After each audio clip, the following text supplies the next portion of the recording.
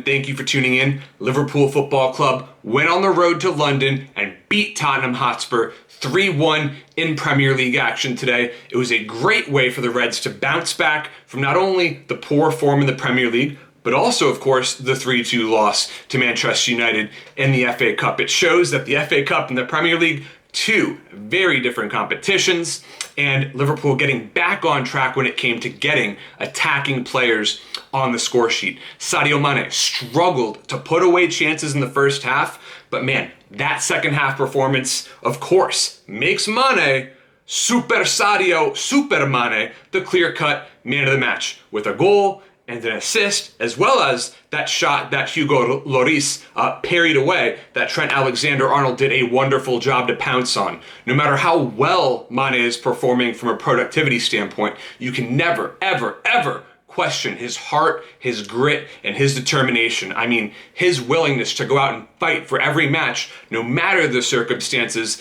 It's very reminiscent of Luis Suarez. Mane has a lion heart. He always gives it everything he has, and I stand by my statement, as I've said so many times, that Sadio Mane is still the best footballer in the world. Love to see him prove it on another instance in today's match, and just can't say enough about how much I love having Sadio Mane at Liverpool Football Club.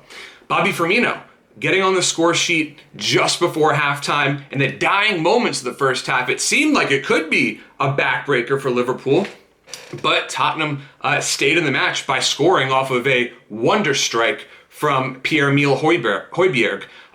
Just an incredible goal he scored. Of course, that was the most impressive goal of the match. But what I don't get from Jose Mourinho's point of view is, why didn't he park the double-decker bus in this match? That is clearly the formula for success against Liverpool. That's why Liverpool have been so frustrated lately. Perhaps it had something to do with the attacking prowess of Harry Kane and Son Heung-min, but maybe Liverpool had their way in part because Kane did not play at 100% today. Son Heung-min was a very dangerous threat in this match at times. Of course, he had his super early goal ruled out by offside, and he is one of the best players in the world. Just a phenomenal talent. So he's always a player that Liverpool have to be worried about. And make no mistake, Liverpool are still in crisis mode. This win does not change that, especially because Joel Matip suffered a potentially long-term ankle injury. Guess what, Liverpool? There are zero available, fit, experienced center backs for the club at the moment. Fabinho, if he's unavailable, that means Liverpool are going to have to face off against West Ham with either Jordan Henderson and Nathaniel Phillips alongside Reece Williams. This center back crisis is unacceptable.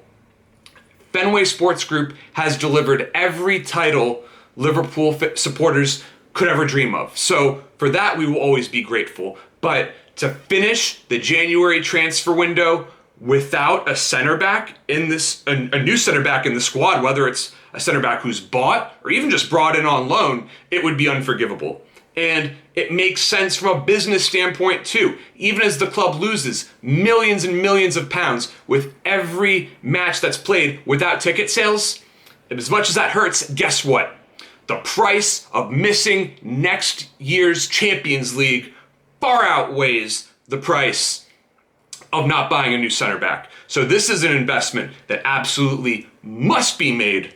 Next season's Champions League is critical for this team, not only from a revenue standpoint, but from a recruitment standpoint. This is a squad that will need to bring in more players over the summer, and really that's going to be a lot more difficult without being able to offer Champions League football. So make no mistake, Liverpool is still in crisis mode even after this win. It was a wonderful win to watch, but let's just hope Liverpool can find a way to navigate through this crisis. Thank you so much for tuning in, and if you've watched for this long, you might as well subscribe to my channel.